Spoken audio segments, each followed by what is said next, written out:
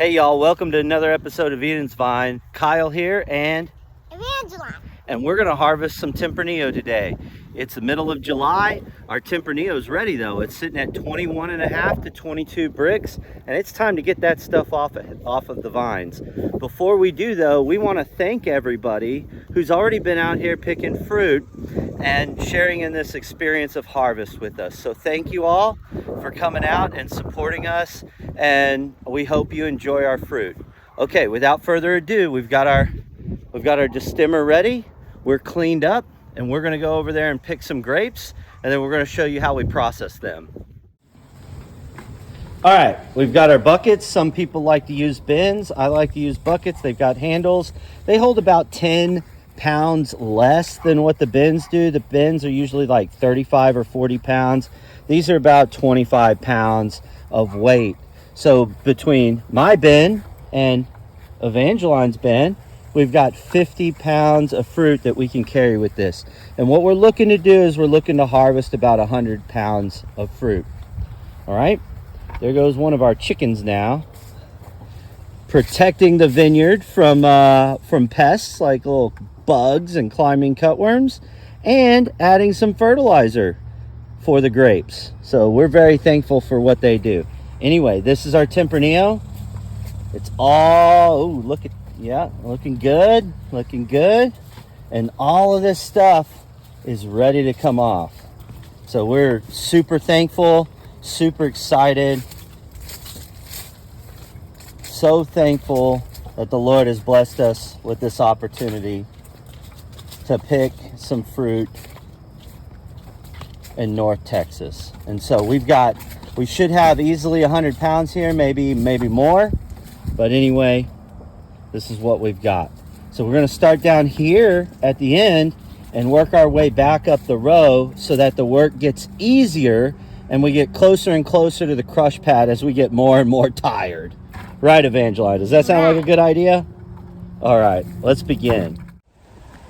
All right, here we go. These are super sharp, so if you're picking with kiddos, you got to watch very carefully, because when you reach through to grab the cluster, you might come around to cut the rachis, which is, let me show you.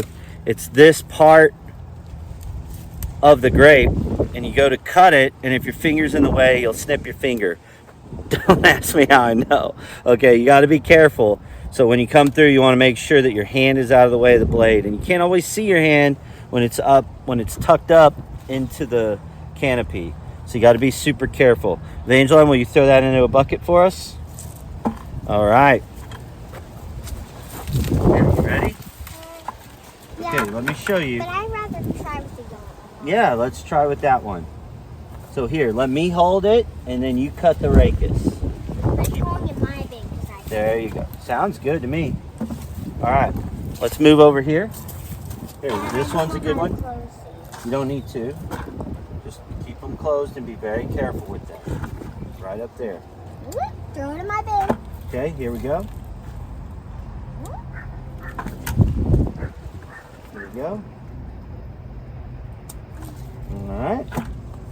Here we go, right there. When is one going to be in yours? Well, we'll have plenty for mine, sweetie. All right, down here. I don't know if they can see us anymore, but here. Can you reach? Good. I think they can see us. Here we go. Oh, let me get this one because it's a little tight up in there. See how tight it is? Oh, there we go. Oh, here, can you throw it in? You know, maybe what I was saying to those people, it might have been Tempranillo that they had. That might have been the Tempranillo rather than the Syrah, but it kind of looked like Syrah. Anyway. All right, we'll leave that grape there. No. Oh no! It's still It's okay. a disaster! It's okay, right? No, it's okay. You can throw it in there. It's not a big deal. Here you go. Let's cut this out.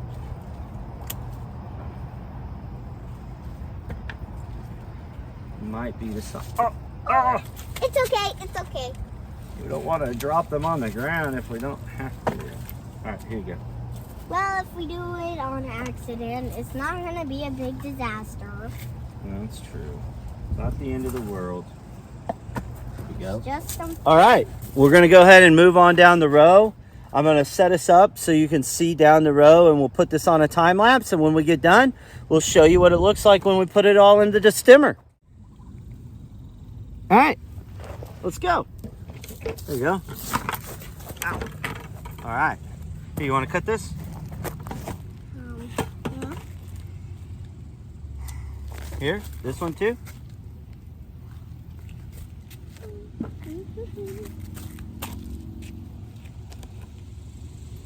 Good. There you go. All right. Now let's show them this cluster. This is a big cluster. Yep. All right, throw it in. Whoa, it's going in mine. Show them that one too. This one's really nice, actually. Pretty This one's a nice one, and it's also big too. But maybe not as big as the other one. There we go. Nice. Oh, ah. Nice. Are and you also dropping big, them too. again? Well, You dropping them? no, not really. All right, here you go. Ooh, I need to show them this. 2 clusters. This is a big cluster, also a nice one. This one too.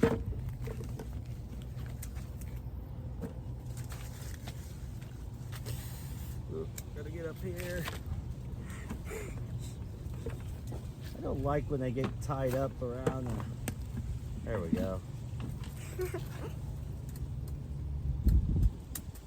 You having fun? Yeah. Good. Here. Ah, Dad, there's a spider in mine. It's okay. Yeah, They're the okay. protectors. They protect the grapes. I need to get Here, why don't you taste a grape for them? Here, taste the grape and tell them, describe to them how it tastes. In the most descriptive words you can think of. So it tastes sweet, a little bit sour, and there's lots of seeds in it. So I would say it's a bit seedy. So that's how it tastes. I described it, Dad. Thank you. You're welcome. Good job. My bin's almost full. Is it? I Here we guess go. it will take more than 1 bin, but that's okay. Because we can make like maybe 10 wines out of this year. Well, 1 wine out of this stuff. But this Tempranillo is always fun. I like this. This is a good grape. Some people don't like it, but not everybody has to like everything. But I do like this Tempranillo a lot. Hey, Dad, can you cut me a cluster? For what? For To me eat? Yeah, here. Meat on that one. We've got one in the house too. No thanks, I'd rather not have them. All right, let's keep moving down. Dad, this one's not good. Ah! What do you mean it's It has a bug on it. a bug? We're outside. Of course it has a bug on it. Here. I want one that doesn't. It was a scary bug. It was like, Do you want to cut any more? yeah, I guess I do, but Okay, I'll wanna eat wait my till you're done cluster. eating. Bug.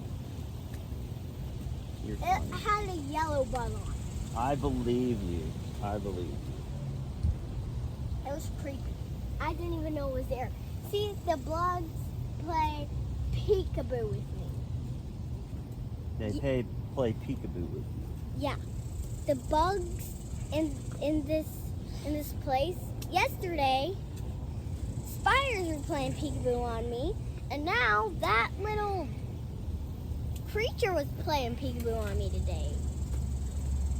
Guys, I mean, like, yeah, that's crazy.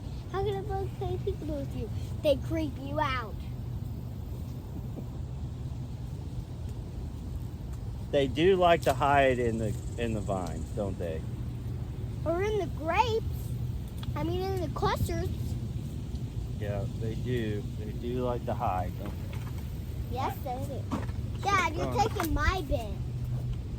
Well, I'm going to fill one up and then I'll fill another one up. But we want to get to going because we don't want to get too hot out here. But there's always time to try some berries along the way, aren't there? Yeah. Just take some for the road.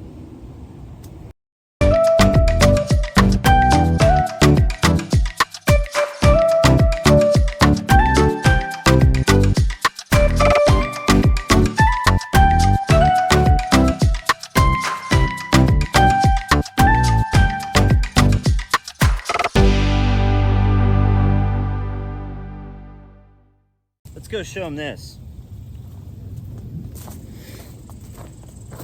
All right. So sometimes we get a little fungus developing inside the cluster. When that happens, we can scrape it out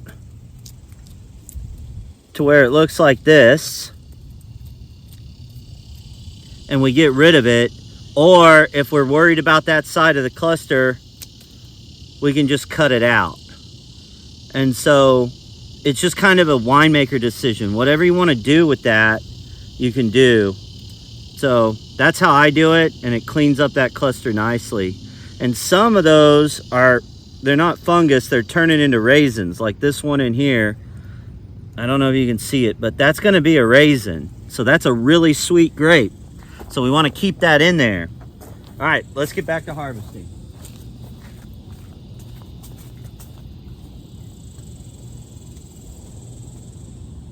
Go show them that nice little cluster. Show them how there's nothing wrong with it. Show them all sides of it. But there's no fungus in that one. So guys, looks like there's no fungus in this one, and it's nicely. So that means we're getting some good grapes out here, and we're also getting some clean clusters. That's good. Yeah, good job, Evangeline. And then this one has, if you notice, it's got raisins. Now some of them will have raisins, but they're And really so good. That's just from it getting dehydrated, and it's getting later in the season, and so they're starting to dry out. So they've got some raisins. Here, I want you to taste a raisin, and I want you to compare it to one of those grapes you tried. Let me know what it tastes like. So it tastes a little more sour. It's more sour, are you sure? That one Yeah, is? mine was. Oh, here, try that one. They're usually sweeter. Yeah, that one was still sour. Yeah, they are still a little sour. Yeah. They're not really too sweet yet. Yeah, they're a little bit sour. Mm-hmm. And these grape ones taste a little more rounder and sweeter than I had. Oh yeah, that one was pretty sweet though. I just had a sweet one. Usually they're pretty sweet. But sometimes they're sour. Yeah, that one was a little more sour.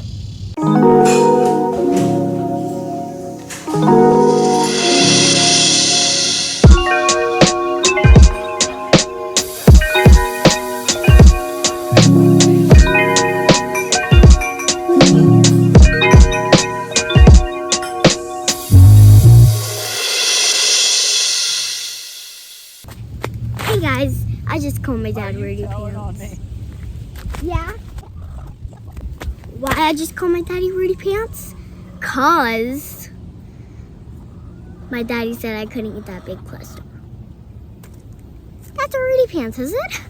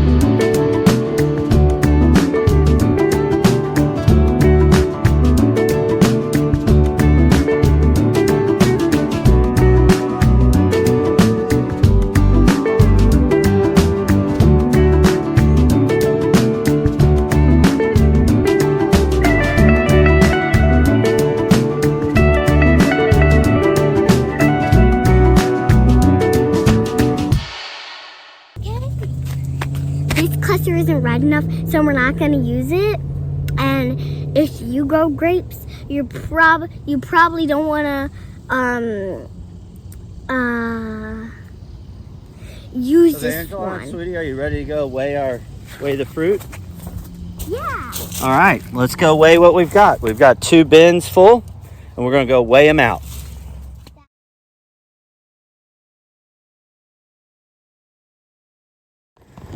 All right, guys, we were at 22.9 and 24 pounds.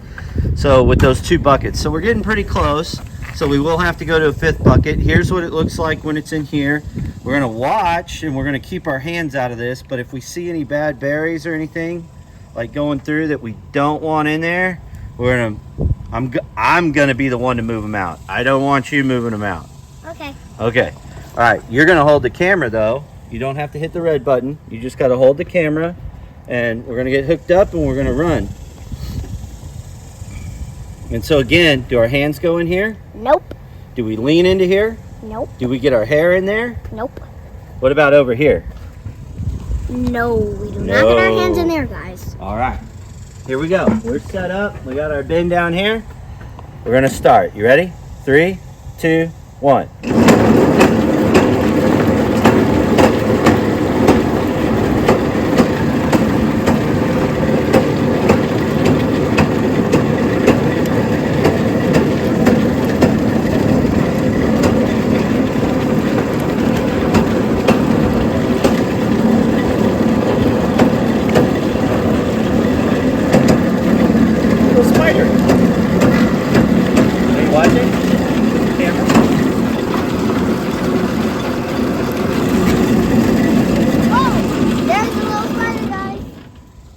Get that little spider Gotta get off this of last here. cluster down. You ready? Okay. Watch it. I'm nervous about the spider. Oh, it's gonna be okay. He won't hurt you. All right, now it's off, and I'm moving these down. We want these in. Okay. All right. Here we go.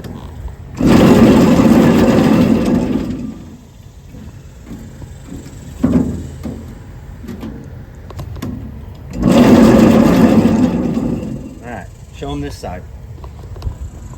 All our stems, those on the ground, and then show them the bin. I did while we were doing it, but Oh, you did? I can show them again. And now let me go get a bucket and we'll pour it in. Okay? Okay. Go get it.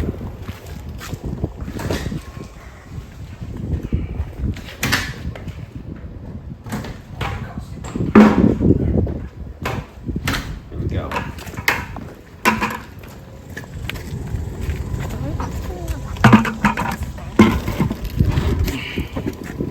There. It's a little tricky. Can you show them?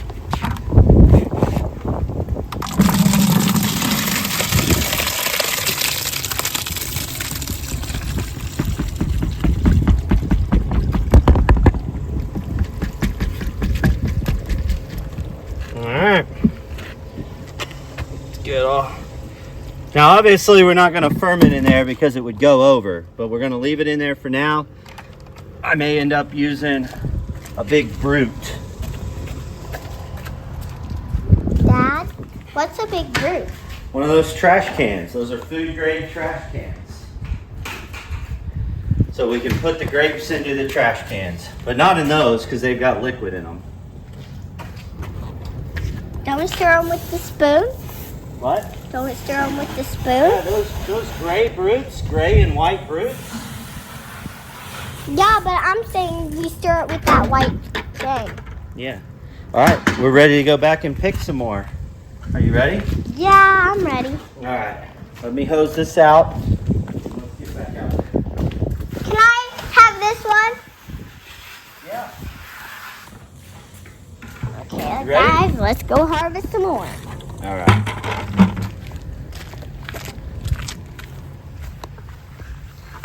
So we're just going to harvest a little more.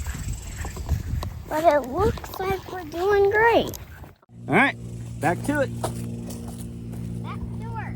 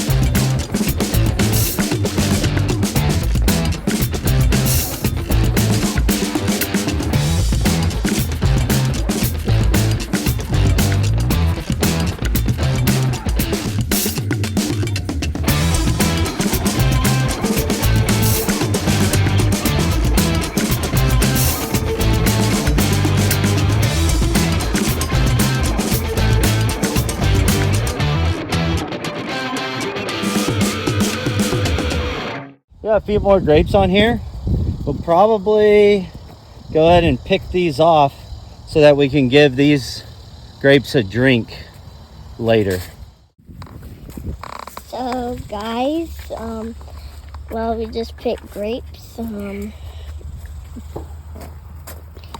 just gonna do another row, and so maybe I should go with my dad. So,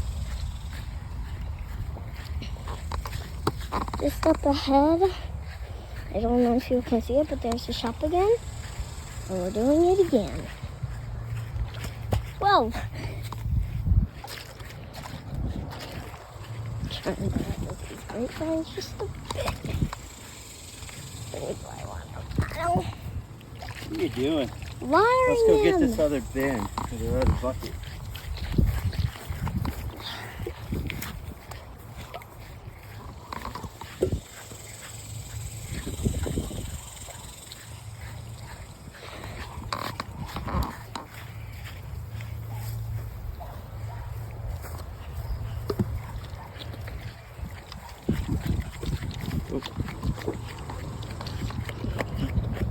There it is.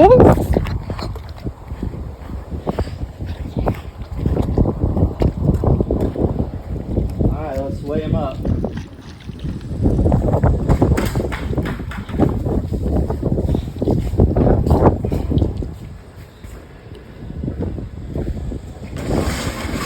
Ready?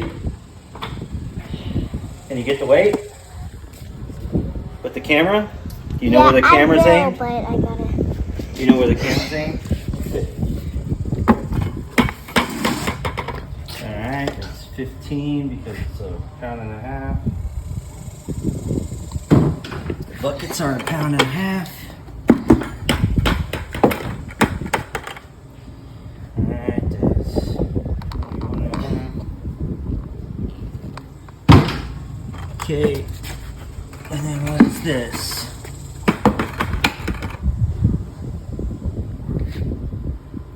22. Okay. Alright, let's dump. And then we'll process these next.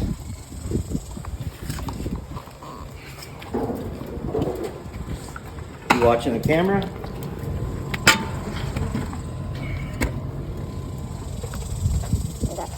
Clock's still running.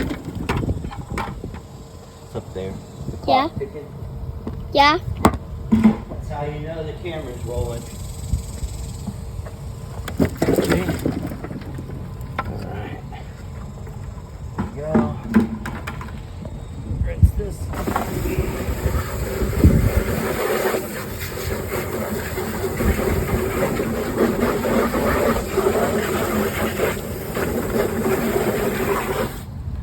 I think we're gonna have to clean up a root, sweetie. Alright, you ready? Watch your hands. Can you show what's going on? Clock running? We good? Yep. Alright, here we go. Oh, we're plugged in, here we go. Uh-oh. Something happened. Whoa. Might have tripped the circuit, let's see.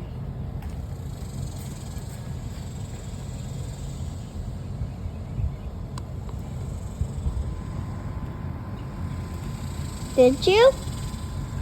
I don't think so. Should run. Let's try it.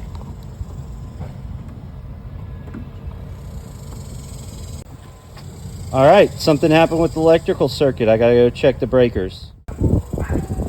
Okay guys, so as you saw, the destemmer broke right in the middle of destemming fruit. So we don't know what it was, but I went ahead and took the motor off. And we don't know if it's the electrical capacitor, the switch, or the motor. So what we're probably going to do is we're probably going to go try to find an all-in-one that'll mount up to the plate that affixes here. And then the trick is we got to find and make sure that we get a pulley that matches with this belt, or we got to get a different belt. So we got this belt that's going to go here, and we need a pulley to sit right in there. But if the pulley's too big, the belt won't fit. If the pulley's too small, the belt won't fit. If it's not in the middle, the belt won't fit. So we might be running down belts today and all sorts of stuff. So we're gonna try to get this thing back up and running. Of course, this is the workhorse, so when something like this or a tractor goes down, it shuts everything down for a bit. And to make matters a little bit more complicated, we got about $200 to $300 worth of fruit sitting in this brute stemmed, and so we got a decision to make on that. Do we ferment it on the stems, which is possible? I mean, the fruit was pretty clean, so we'll probably ferment on the stems with like a champagne yeast, or if we can get this thing back up and running, I can get it destemmed. But I don't know how long we're looking at here. Maybe a few days, I don't know. Maybe a few hours. It just kind of depends if we get lucky and find the right stuff. All right. Bye for now. We'll check back in when we reinstall the motor or whatever we're going to do, whether it's the capacitor, the switch, or the motor, or all three. Hey y'all, welcome back to Eden's Vine. So we had a little bit of a breakdown here with the destemmer where the motor quit working for some reason. We think it's the capacitor, something electrical. But you know what? As cool as those Sparkies are, we can bypass that. So right here, we've got this wheel, this pulley, okay? So one of the things that we can do is, and I think this steel here, this metal here is thick enough. So what I think I'm gonna end up doing is I'm gonna drill through here, okay? I'm gonna thread that. I'm gonna run a bolt through the other side, okay? A really small bolt because I don't want to get in the way of my chain. And worst comes to worst, I put a spacer on here and move this wheel out a bit, but I don't really want to do that. So in other words, I'm gonna make a handle so we can turn it, okay? So we have a manual option if the electrical option breaks down. Now it's not ideal, and we do have parts coming for this, but, you know, we're waiting on logistics. We're waiting on deliveries. We're waiting on parts. And they should be here in time before we have to really destem other people's fruit. But I don't know. So, you know, you can only trust the electrons so far. And here we can bypass the electrons. So that's what we're going to do. We're going to bypass the electrons this week. Again, we're not harvesting again until this weekend, so I've got about 5 days to make this fix, and this should be here a day before harvest. Nonetheless, I don't think it's going to hurt this plate any to drill into it a little bit and put a small handle on there. The question is when that handle's on there, am I going to have enough power to turn this with fruit in it, to turn that wheel with fruit in it? So I think the answer to that question is yes, okay? But if the answer to that question is no, then what we can always do is we can make it to where that handle has a little bit more range on it. And that'll help us turn this a little bit better, okay? And we can rig that up later if we need to. But nonetheless, it's a really simple machine. This top gear is connected and affixed to the top axle with the screw on it and the paddles. So you can see the paddles. The rollers are affixed to the side gears here. And I don't know if you can see it, but let me see if I can get you in there. Right there, you can barely see it. And then the big wheel here turns the paddles and the main axle inside the destemmer. Okay, so that is how we're going to deal with that issue, and I'll show you the process. And it's not any different than the post, guys. I just need to drill a hole. I need to tap that hole. I need to get a bolt, screw it through there, and I need to drill a hole in a rod and tap the rod, and the bolt will go through the rod and the wheel, okay, or the pulley. All right, and that's really it. And I just need to make sure I have a long enough bolt, but the head on the bolt needs to be small enough that it can fit in this space. And as long as it can fit in that space, I'm good to go, okay? And then again, we bypass the sparkies. The sparkies are great, guys. I love lights, I love electricity, I love AC. But we can't rely on them for everything. We got to use our brains sometimes. And sometimes we got to use our brawn. And this is going to require both of those. So we're going to use a little brains and a little brawn coming out of this ginger skull. I'm not sure if it works all that well sometimes, but hopefully right here, I'm on to an idea, okay? So we'll see how it goes, all right? Now, again, as I said, that doesn't help us with the problem that we still have. I've got 100 pounds of fruit in that cold room, and half of it is still sitting on stems.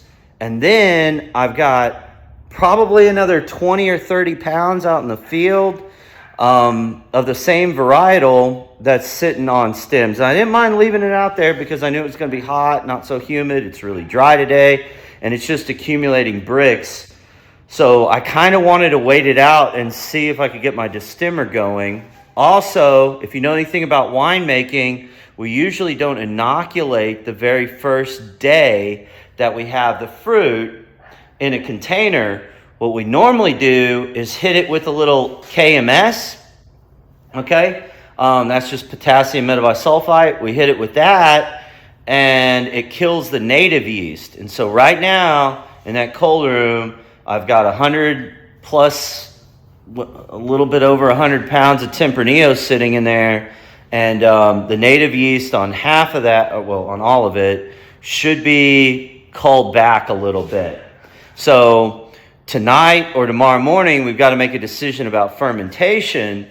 And I don't really want to ferment on the stems, but I don't think I have a choice.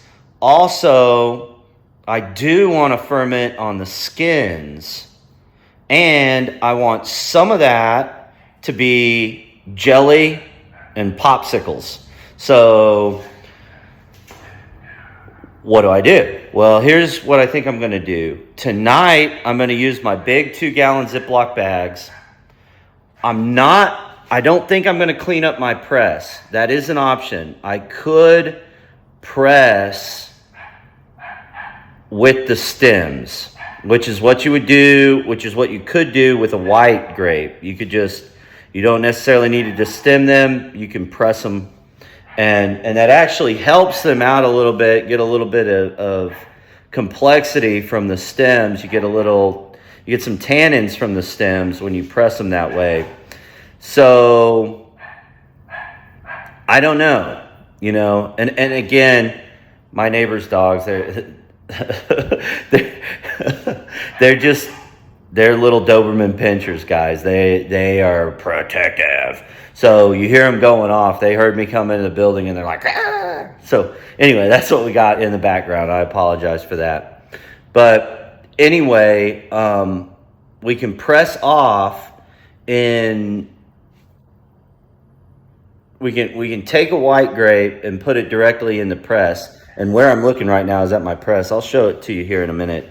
But it's not a very big press. And so it would take many iterations of pressing, backing it off, removing the stems, pressing it again, and over, because the stems just take up so much volume.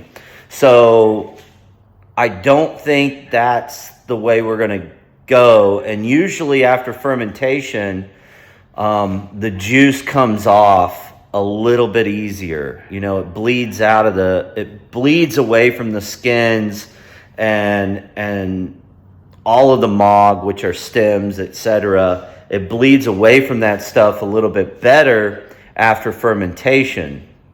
So I think that's what I'm going to do, even though I don't really want to, because Tempranillo already has a lot of tannins, and man, you ferment on the stems, you're gonna get a lot of tannin. So the bad part of that is mouthfeel. Will it ever calm down enough that I'll want to really drink it?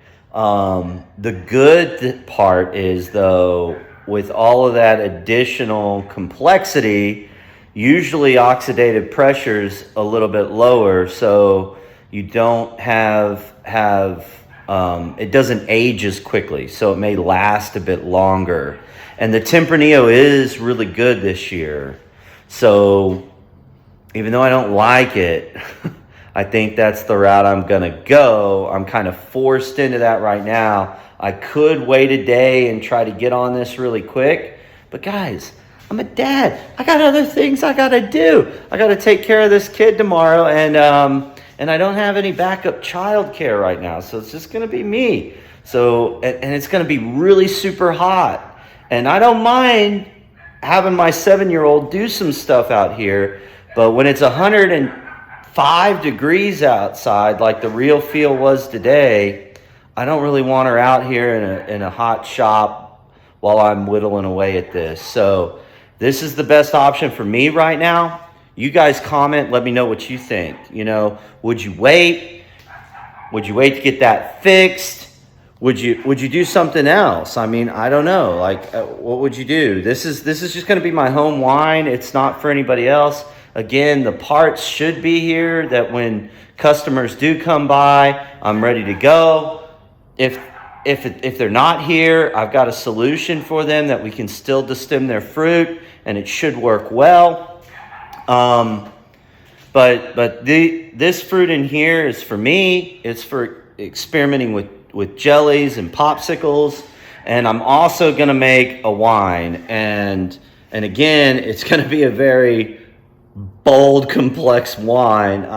I may end up actually, I don't usually oak my wines. I have oaked Tempranillo a little bit in the past, but I may have to figure out an oaking solution to maybe, I know it would add more complexity, but it might counterintuitively and paradoxically, maybe it would soften some of the flavors coming out of the stems.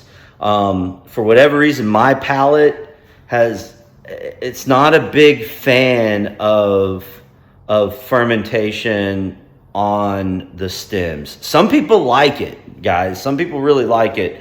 But I like lighter wines. I don't even really necessarily care for very oaky wines. So I like fruit forward wines, and as you can tell, I'm really not liking this, but I'm going to do it anyway. And we're going to see how it goes. And maybe this wine is not for me. Maybe this ends up being for family and friends, and they appreciate it more than me. And that's okay too. So let's get going on this. I'm going to show you what's out in the field. I'm going to show you the fruit that's still hanging, and then I'm going to pull out this stuff and show you how I'm going to juice it. I'm actually with the berries that were destemmed, since I'm going to freeze some of it and make popsicles, and I'm going to save some of it to make jelly. I'm actually just going to go straight into 2-gallon bags with it. And then the other stuff is already in a brute, and I'm just going to, since we're on the fermentation side of that, I know that brute was hosed out, so I'm going to roll with it. I'm going to put, the only thing that would be in there would be like a little dust, and I already sprayed all that out. So we're going to roll with it, and I'm going to start fermentation tonight or tomorrow morning. And whenever I start it, I'll show you what I do to get it going. And because I am fermenting on the stems, even though the fruit was really clean, I'm going to use a champagne yeast because I want it to rip through this fermentation. I want it to get the alcohol content up in case there's something on those stems that I couldn't see, and just waiting to nip at the fruit when it got really sugary or opened up in some way. So, and what I'm talking about there, like fungus, bacteria, anything that can cause bunch rot. All right. And I don't want that. I want a very competitive yeast to go in there, increase the alcohol content of that fruit rather quickly. Okay. And then after a few days of that, when the fermentation starts dying down and I see the color that I want, then I'm going to press it. Okay? And I'm going to press it pretty quickly, as quickly as I can once I see the color I want, because I don't want it staying on the stems any longer than it needs to. Okay, guys, here's my press. Again, I thought about using this tonight, but as you can see, it's not very big, and I've got a brute in there with tons of grapes and tons of stems in it.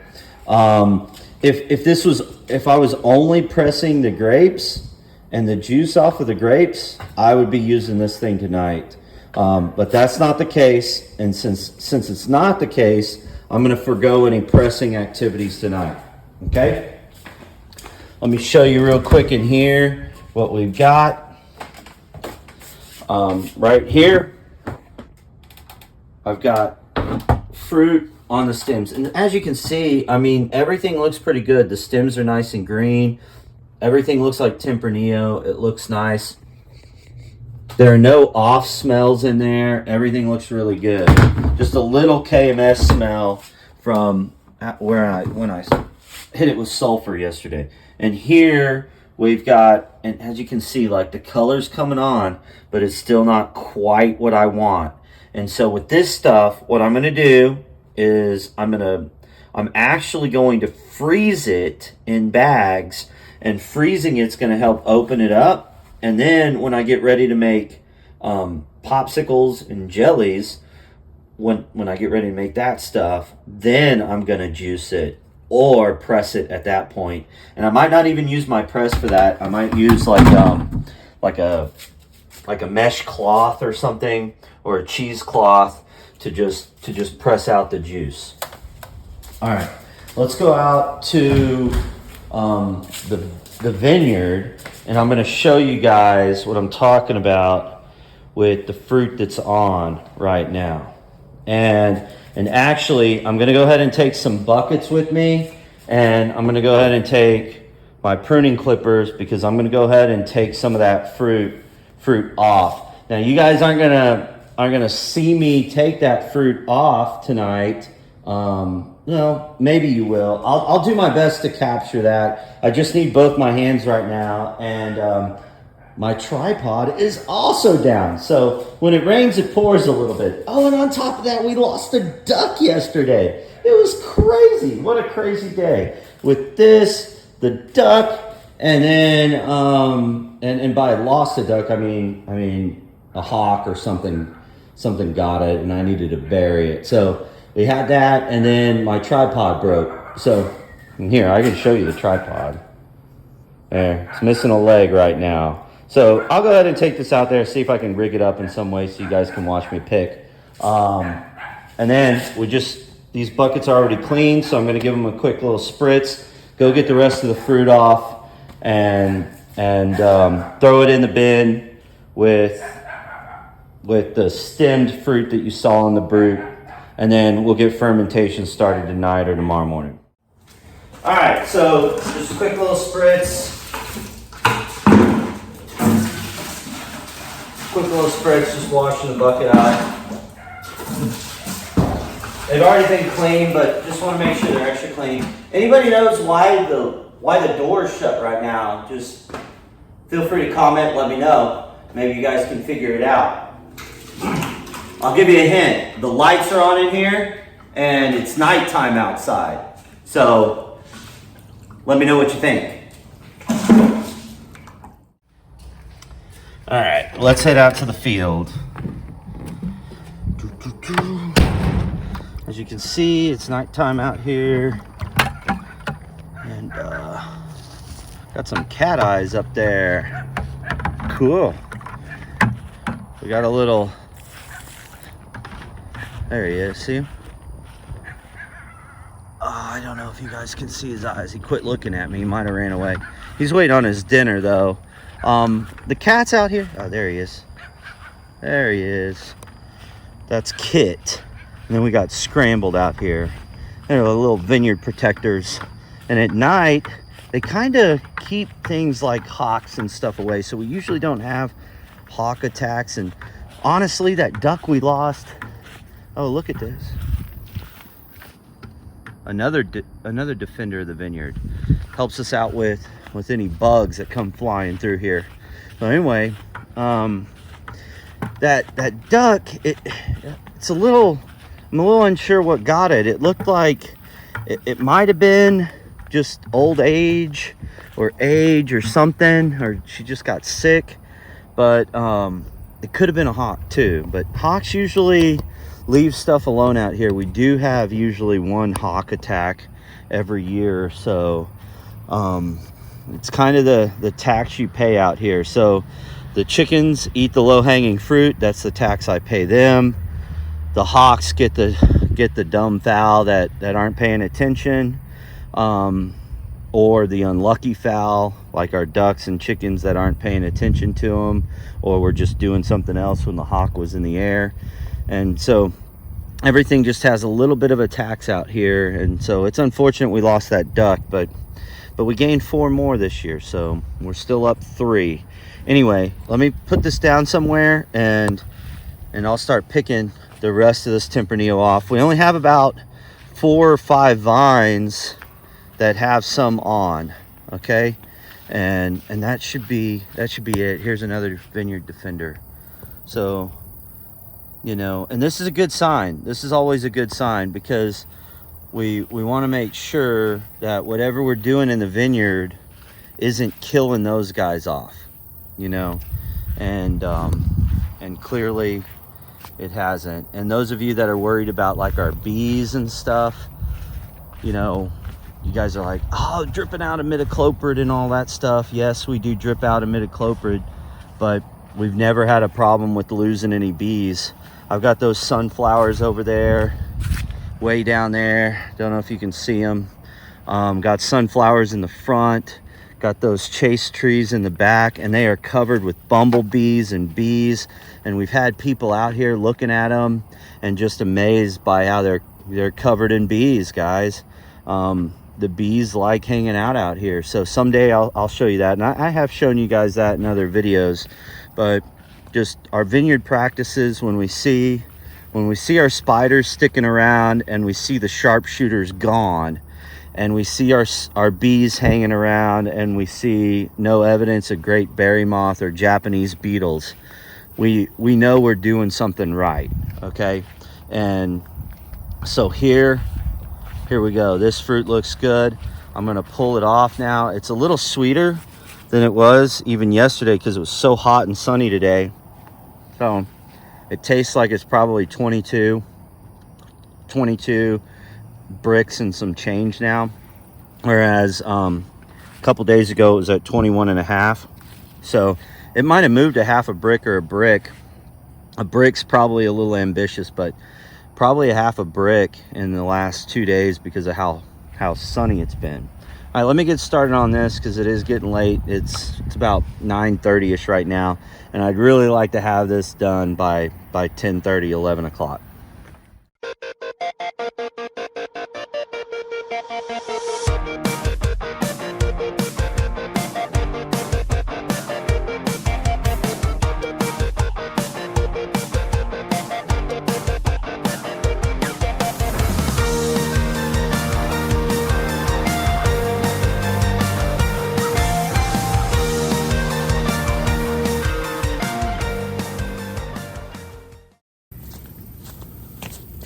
Okay, let me show you this right now.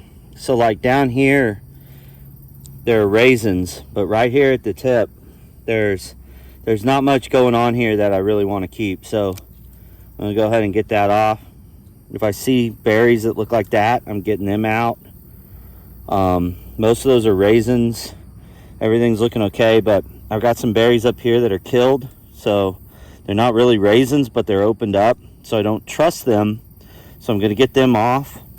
And the reason I'm doing that is because, again, like this is going to be a whole cluster ferment now.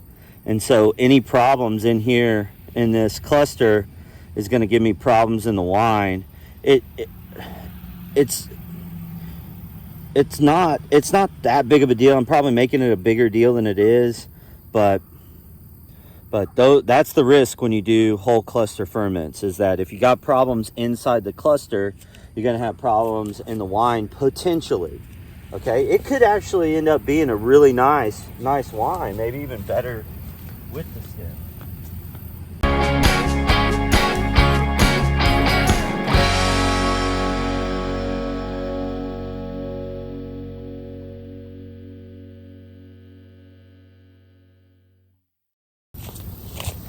So here's another example. Like, I don't want that much stem to berry ratio. So like this, I'm either going to knock the berries off or I'm just going to eat them and leave the rest for the birds. Okay? I'm just being more selective.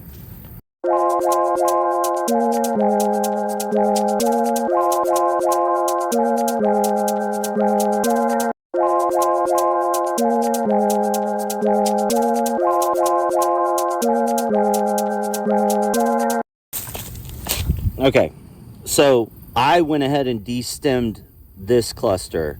I liked the berries on it, but there were some portions of the cluster that didn't have berries, but there were still enough berries on there. So I went ahead and destemmed it, and I'm gonna get that stem out of the wine.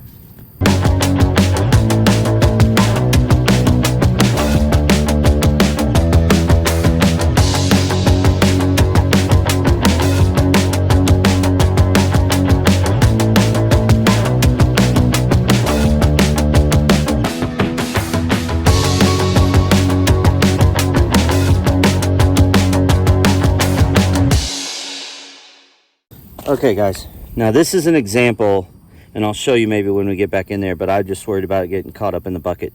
But if you take a look, like the inside of this cluster, that stem is all green. There aren't any berries that are like stuck tightly together, and I can see the entire stem. That's not a stem I'm at all worried about fermenting on, other than the flavors that it might impart that I don't really prefer, but other people like. Okay.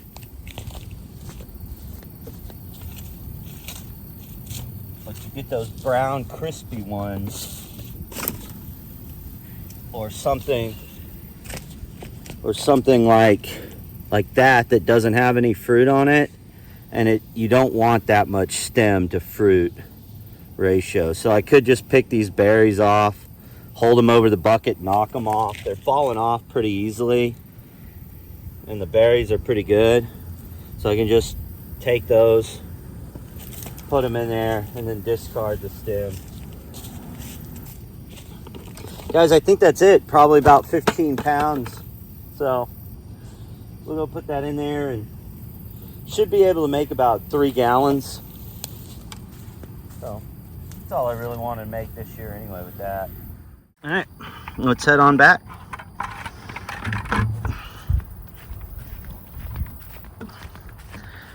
And so when we're going this way, we're just checking to see if there's any more fruit on the vine. Don't really see any. So I think we got it. Uh-oh. I guess we got to go the other way. She's shaking her web at me. She's saying, leave me alone. All right, we'll go around the other way. Leave her alone. Let her hunt.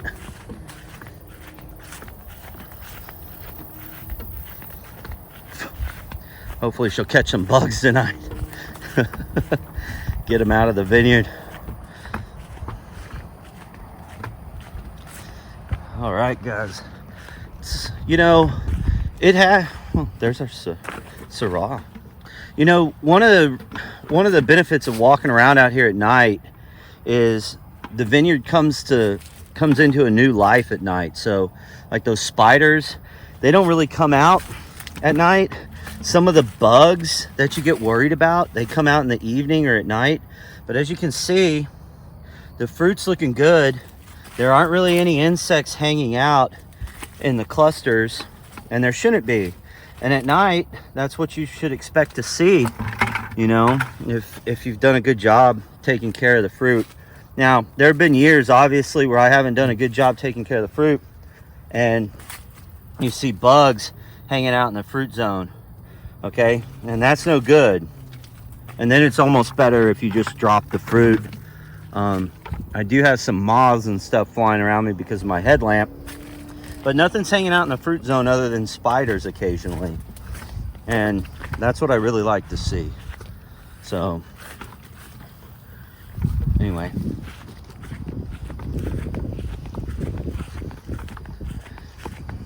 So, you get an idea? There she is again. There you go. So, you don't see her during the middle of the day. You don't see the cats during the middle of the day usually. But at night, here's a different varietal, so we'll take a quick peek at it. This is Sangiovese. Everything's looking good. Low-hanging fruit. That's the chicken tax I talked about. And these vines will be higher next year.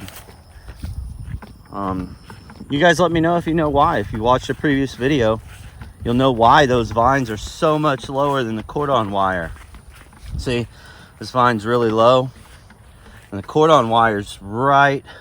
It's the one above that drip line wire. So it's the top wire in the screen right now. And you guys let me know, like, why is that cordon so low? What happened? Okay, but all this fruit is looking good. That's how it should look right now. And this stuff's getting sweet. So of course, like I want to get this stuff off of here.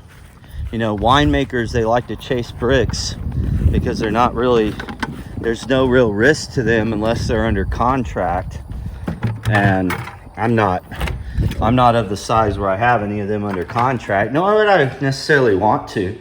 And I like chasing bricks too, but I also don't like being silly about it, you know.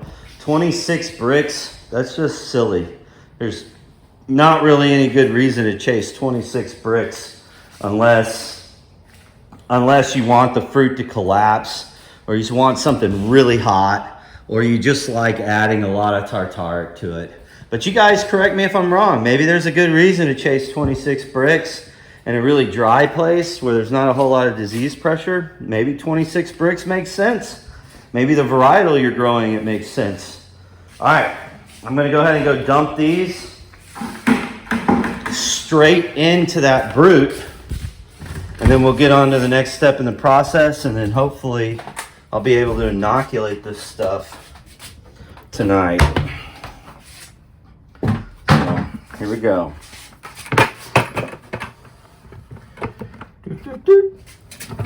Now, of course, native yeast hasn't been killed off of that stuff. And I just saw some things that went in there that I don't want. So there's some leaves. I don't want those in there. So get those out. Now, that doesn't smell quite as good. It still smells good, but I can tell that some native processes are going on. And I would like to kill that yeast. But we're going to kill it with, or we're going to out-compete it with some champagne yeast. That's what we're going to do. All right. It's still going to be good, guys. It's just going to be, it's going to be different than what I like, but it's still going to be good. All right. Let's go clean this bucket, and then we'll get on with the rest. Okay. I want my hose on. I don't want to keep using that thing. All right. Open this right quick. Turn on the hose. There we go. Now, I do want to turn this on to my hand. Okay. Alright. Try to get this for you guys. There we go. Quick spritz.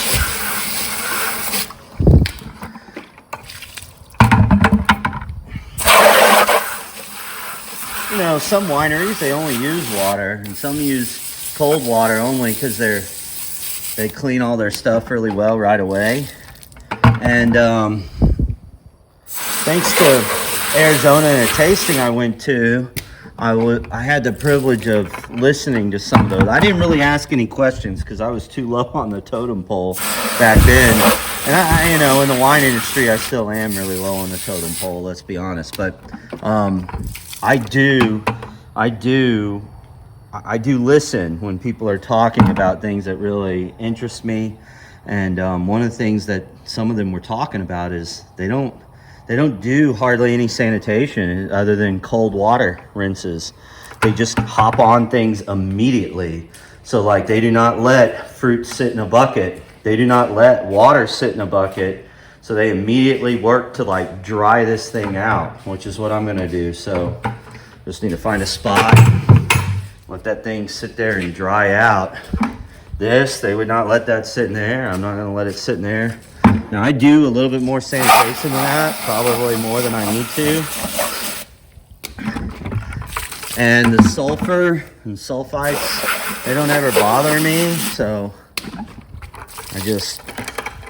I don't mind using KMS. It just isn't a problem for me. You don't want to use too much of that stuff, obviously, but I don't mind using some of it. Oh, see, like that would not be okay. So let me go rinse that off some more. That's the thing with the cold water is you got to make sure you do it right. You got to get it all. You know, you can't. Got to make sure you rinse things and be efficient with it. You know, with the steam, the hot water, I still think that's one of the best ways to sanitize. But we did that with barrels in Arizona, but I haven't used it since then because I don't have a steam machine. Now I have used hot water on some things before, like boiling water, but don't really have any steam. All right, let's get these here, and we're gonna go ahead and one at a time. I'm gonna dump these off into a bag, okay? And we'll see how this goes. And I'm gonna need both of my hands for this, so I'll try to get you guys set up where you can see what I'm doing, and hopefully I don't spill it everywhere. I'll probably work over that drain just in case I do, so that then I can just hose it straight out. And I wanna get this door closed because, again, I'm letting you guys guess as to why, okay? Nighttime and lights. Something gets attracted by nighttime and lights. All right, here we go. Let me get you guys set up. Okay, guys, you're not gonna believe this. I'm down to one leg. This must be really like soft metal. Okay, I don't know what's in there, but I love these legs. But man, they're coming off now. So I've had it for maybe like a little over a year now, but I gotta find something a little more resilient than that. I don't want to be fixing this every year. All right, I got my light on still. There we go. Okay, so I'm going into this. I think I'm gonna use a bucket. I think, and maybe, it doesn't quite fit. Nonetheless, I'm gonna use the bucket in case I dump out. I've got some other tools that I can use for this, like some cups, and I might end up having to use that, but I'm gonna see if I can get this right here like this and dump it. So hopefully I can. Hopefully it'll go for me. There we go.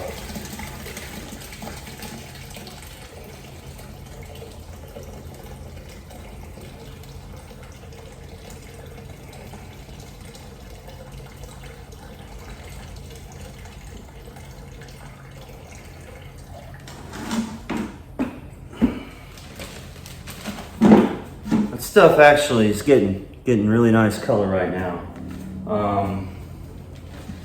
Probably use this and call it right there.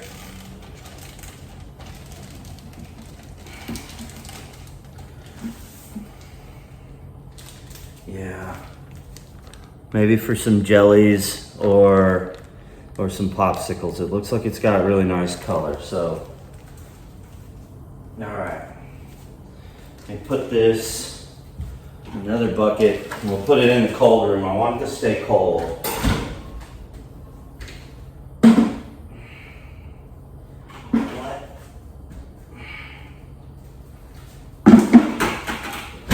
You know what? We're gonna do this. We're gonna get a little greedy. Hopefully, we're not getting too greedy. I'm gonna go back into this same exact one. Same exact Ziploc with my second bucket, and we're gonna treat it like a free run and like a pressed, and maybe we'll do like half and half, you know, maybe we'll do like free run popsicles and then do some pressed popsicles and do some free run jelly and some pressed jelly and see how it turns out. Now, of course, this doesn't have alcohol in it. If it does, it's very little amount because I killed the native yeast and I haven't inoculated it. It's only been, less than 24 hours, I believe. So, yeah, anyway. Okay, let's see. So about 24 hours, I guess. All right, let's do this.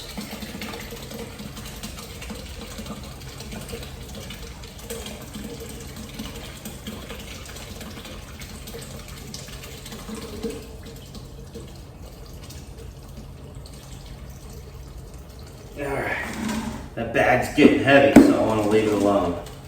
Okay. It smells good. It smells good. All right.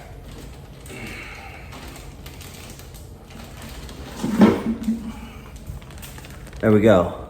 Okay. Tempranillo still doesn't quite have that dark color that I really like out of it. Again, it hasn't been on there for too long. Okay. The other thing I might need to do with this free run is cold settle it like in the fridge, and then after it cold settles, try to get the juice off and get some of that sediment out of there. Like try to really get it cleaned up. All right, there's that one. Okay, now time for the berries. I'm probably just going to use my hands for that. So I'm going to dip my hands over here in the Sano. Just clean them up. And then that's not really that strong. It's just citric acid and some KMS. So I'm not even gonna rinse them off for what I'm doing because I'm not trying to ferment this. So it's not gonna add that much to it. All right. So now I can use my hands and kind of, just move this stuff over because they're clean. All right. So there we go.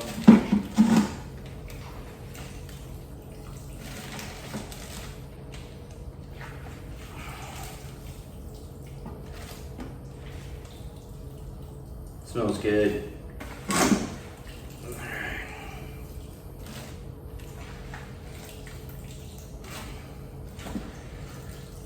And this isn't the best way. As I said, like I really would like to get this stuff pressed and all that good stuff, but I can press it in these bags. These are freezer bags. So I can juice like right out of this bag. And then, I might still come back and use the press later, but just right now with harvest going and everything, you just got to do things a little different sometimes. And I don't really want to have to clean up my press right now. All right. All right. So where's that? Let's go ahead and put the rest in here. There's a stem I don't want. Okay.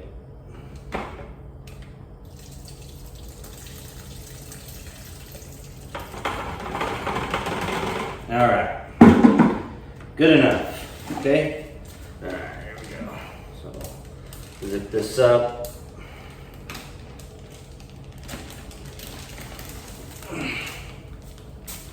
And there's one bag, and we should get one more of these.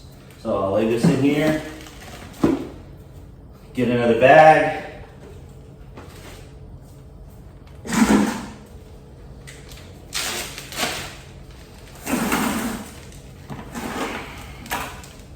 Just shoveling them over.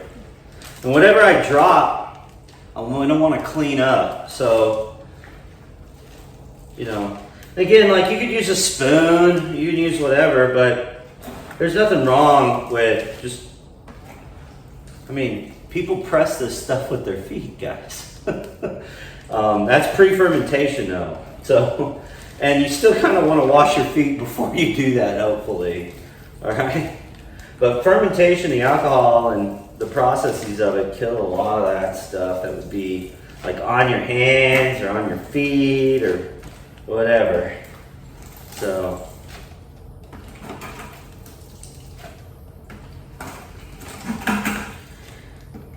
We would have poly tanks that we would have to get in, barefoot and clean those out, like shovel them out.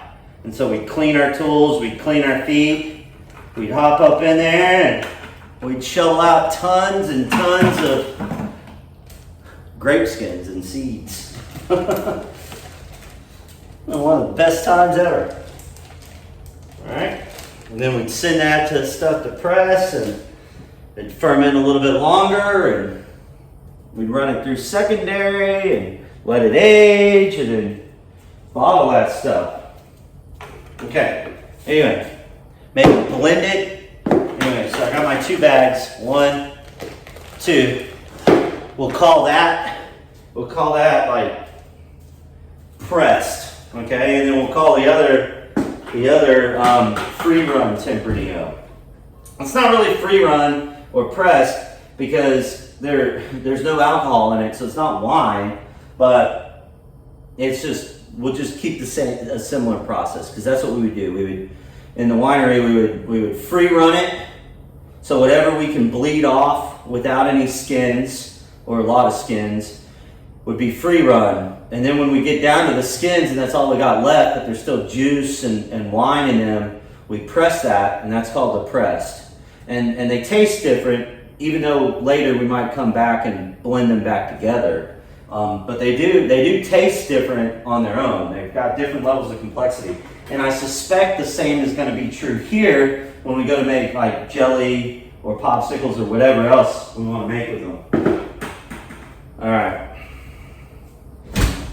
Okay, I'm gonna go ahead and clean this up. Let me reposition this a little bit for you guys so you guys can see how I'm gonna clean up these buckets. Basically, I'm gonna rinse, go into the basic, go into the citric, and then rinse again and be done. And I'm gonna hose this out and I'm gonna squeegee it out when it get dried up.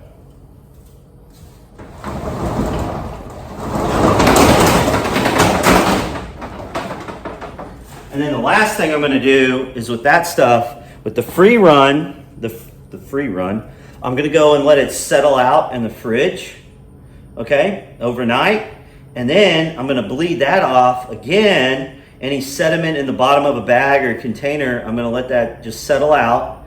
And I'm gonna slowly pour it. And when I start seeing that sediment come through, some of that native yeast, some of that native sediment, I'm gonna stop and discard it. And then I'm gonna freeze the juice that I had in the free run, okay? With the juice that's in the berries, I'm just gonna freeze all that together. And then when we get ready later to process that into like a jelly or an ice cream, my dad makes ice cream, so we might put it in ice cream. Although grape ice cream, I don't know, we'll see. But like a popsicle would be good. We put that in a popsicle. We'll probably do all this again, you know, and I doubt we want to keep the seeds in the popsicles, but you guys let me know what you think on that. Like, should we leave the seeds in the popsicles? Could be interesting. Could be very interesting.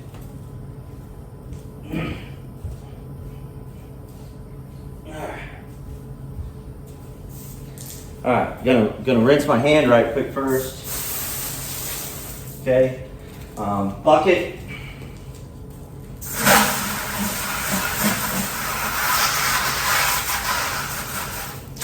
Okay, basic. It's just like all laundry detergent, but it's a slightly basic solution. Quick little spritz. Then acidic to neutralize. Some KMS is in there to help sterilize or kill any yeast. All right, there's that. And we're gonna put that in. We're gonna let that dry, tilted on something like I did earlier. There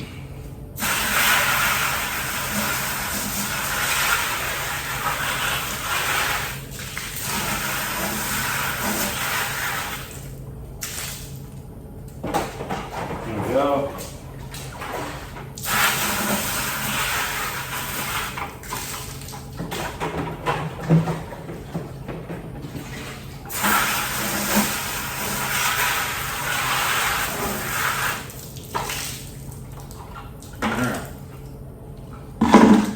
The other two buckets I'm going to use to carry in the fruit or the juice. All right.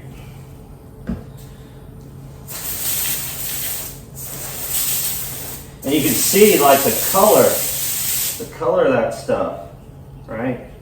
It hasn't set into my floors yet, but it could. And the way we get that color out is with that basic solution. So like you can take some of this, and it'll get that color out. So, kind of cool. All right, let me get this out of there.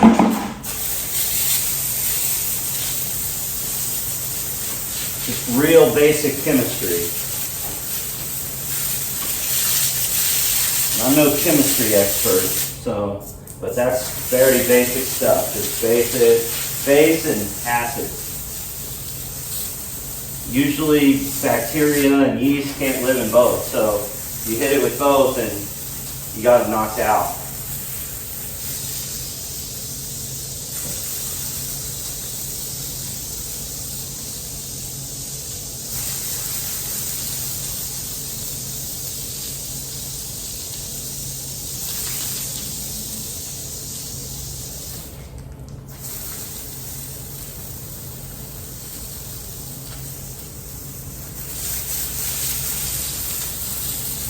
Okay, and we just want to make sure like all the sugars are out of the shot.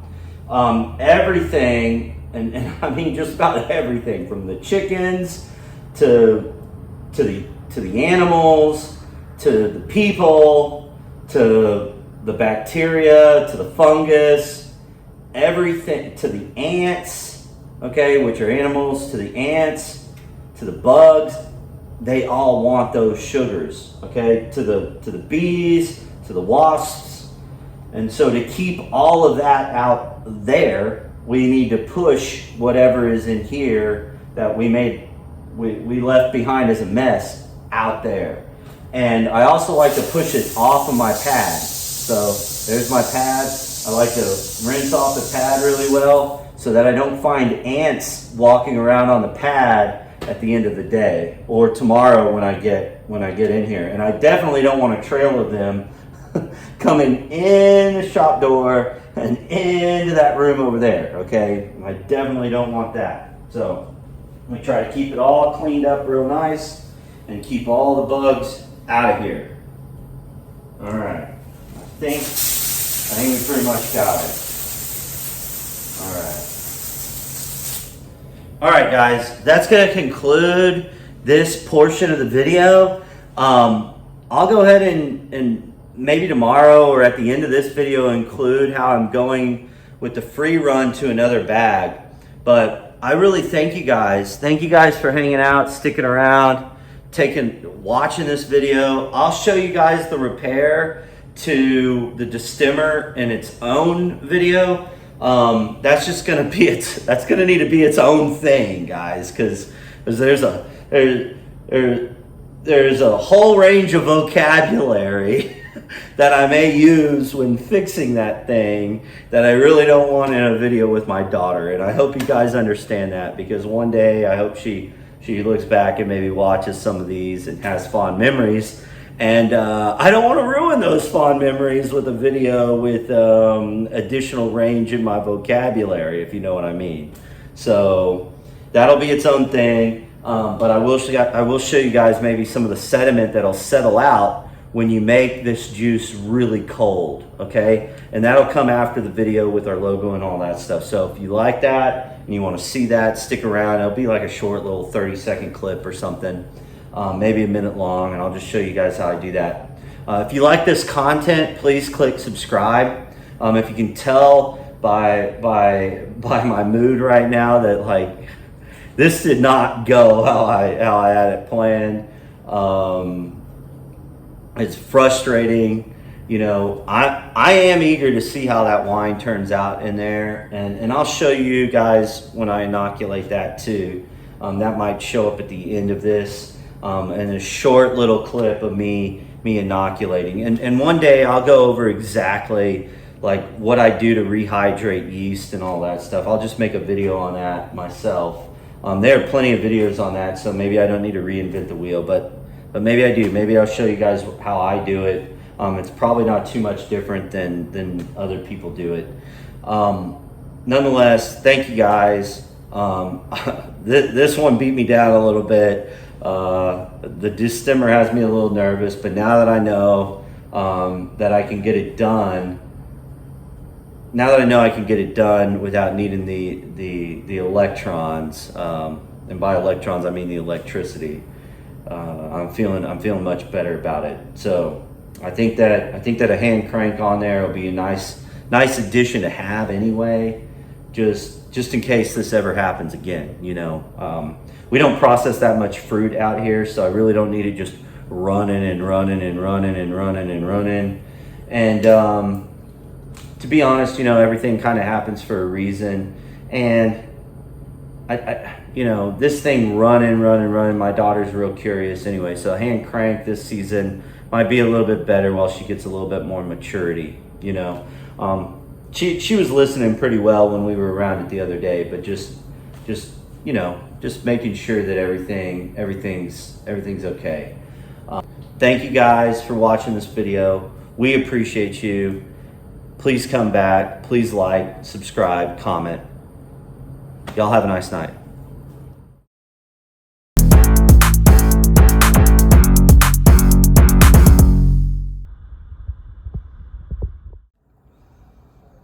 Okay guys, there's the ferment. It's already started. You can see some bubbles and some movement in there. I don't know if you can hear it. It's essentially Go Firm EC 1118. Yeah, you can see it going now. That looks cool. And a little bit of juice from that Tempranillo. And I have it in my Grinch cup because you guys know why. It's just been one of those times, right? We're gonna go dump this in to that brute. Whoa, almost dropped it. I'm gonna go dump this into that brute, and then we'll get the fermentation started. So then that way, it's ready to go. All right. So we're just I'm gonna try to spread this out. And right now, in my experience, stirring this up isn't gonna do much good because everything just kind of needs to sit on itself for a little while and some weight needs to push that stuff down. So not gonna worry about stirring it tonight, but in the morning, right after breakfast, I'll come out and get that stirred up for the first time. And we should already start, by in the morning, we should hear it start fermenting. So you should be able to hear those bubbles crackle.